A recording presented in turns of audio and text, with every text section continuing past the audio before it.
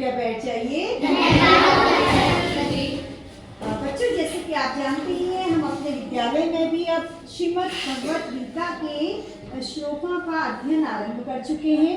वर्तमान में हमारे श्रीमद् भगवत गीता के जो 18 अध्याय हैं, उन 18 अध्याय में से प्रथम अध्याय का हम यहाँ पर चर्चा कर रहे हैं और हम इसके पहले से ही 8 श्लोकों को पढ़ चुके हैं।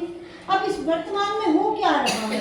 इस समय जो कुरुक्षेत्र में कौरवों और पांडवों का युद्ध होने जा रहा है, उस युद्ध का वर्णन संजय धृतराष्ट्र को करके बता रहे हैं, क्योंकि जो धृतराष्ट्र से वो आंखों से देख नहीं पाते थे और संजय के पास ऐसी शक्ति थी कि वो दूर की बात देख सकते थे, वहाँ का वर्णन करके बता सकते थे। तो इस समय संजय दुर्योधन की सेना में कौन कौन से पराक्रमी वीर हैं, इसके बारे में धृतराष्ट्र को बता रही हैं। तो मैं पढ़ने जा रही हूँ आज 9वां श्लोक। इससे पहले मैं पढ़ूंगी और मेरे पढ़ने के बाद इसका मैं आपको अर्थ बताऊंगी और कुछ देर के बाद आप भी इसका वाचन करेंगे और आप भी इसका अर्थ जानने का प्रयास करेंगे। क्या आप सभी लोग तैयार हैं? चलिए, मैं इसे ध्यान से आप सुनिएगा, मैं ध्यान से इसे पढ़ रही हूँ। अन्ये च बहवः शूराः मत अर्थे त्यक्त जीविताः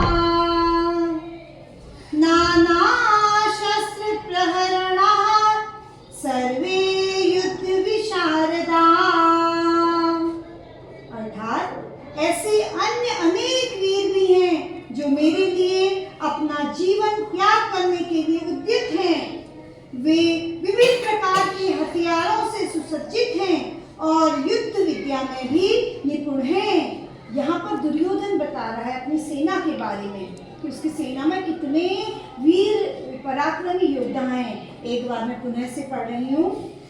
अन्ये च बहवः शूराः मत अर्थे त्यक्त जीविताः नाना शस्त्र प्रहरणाः सर्वे युद्ध विशारदाः।